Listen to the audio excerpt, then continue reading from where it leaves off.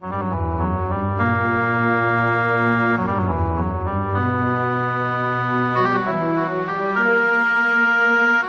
en Algérie, je suis née dans une ferme, ce que j'ai raconté dans mon premier livre Terre du vent, en romançant beaucoup ça, en présentant ça de façon un peu onirique, mais je suis née dans une ferme, j'ai vécu en Algérie jusqu'à l'âge de 14 ans, et à 14 ans je suis partie en France faire mes études à Paris. Non, c'était pas encore l'indépendance, c'était pas encore, je suis partie, je sais pas que vous dire, ça devait être en 58, mettons, 56-58. Voilà.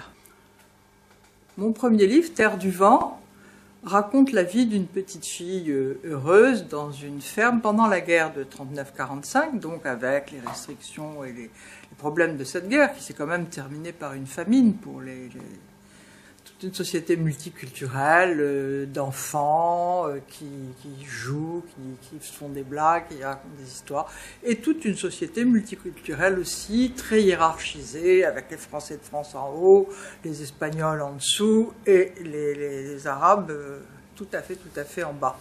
Voilà. Donc ce livre a pas mal plu, aussi bien d'ailleurs en France qu'en Algérie, et beaucoup de personnes m'ont dit « fais-en une suite ». Mais moi, je me voyais mal faire une suite. D'abord, la petite fille heureuse ne l'était plus du tout. La guerre commençait, c'était plutôt triste, les choses à raconter. D'autre part, j'avais absolument aucune envie de me mettre en scène à 14 ans dans la tourmente de la guerre. Donc j'ai écrit autre chose, j'ai écrit un livre, je suis assez féministe, j'ai écrit un livre sur les femmes pendant cette période, mais pas les combattantes, pas les femmes impliquées, enfin j'en ai une qui est impliquée à la fin, mais les femmes qui, à quelques communautés qu'elles appartiennent, ont été un peu des victimes collatérales de cette guerre.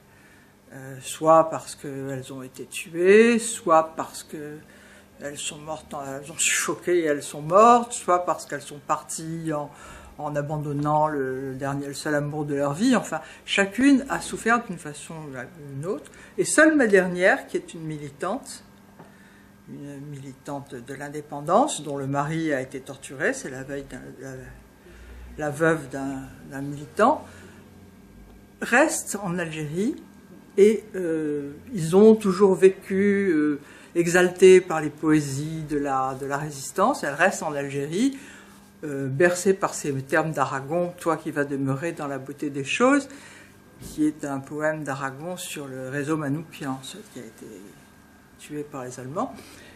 Et puis elle demeure donc comme vieille institutrice en Algérie jusqu'au jour où ça se termine par un horrible massacre qui a réellement eu lieu, où 11 institutrices ont été égorgées.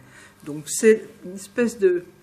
On trouve que c'est un livre triste, c'est pas complètement triste parce que c'est aussi poétique et un peu drôle, mais c'est quand même un livre qui porte un peu la tristesse que porte un peu l'Algérie maintenant. Et ça se termine quand même par une note d'espoir, c'est-à-dire une vieille dame et un vieil Algérien. La vieille dame est pieds noirs, le vieil Algérien arrive pour se faire soigner à Paris, qui se retrouvent dans le métro, et ça se termine par une embrassade entre les deux personnages.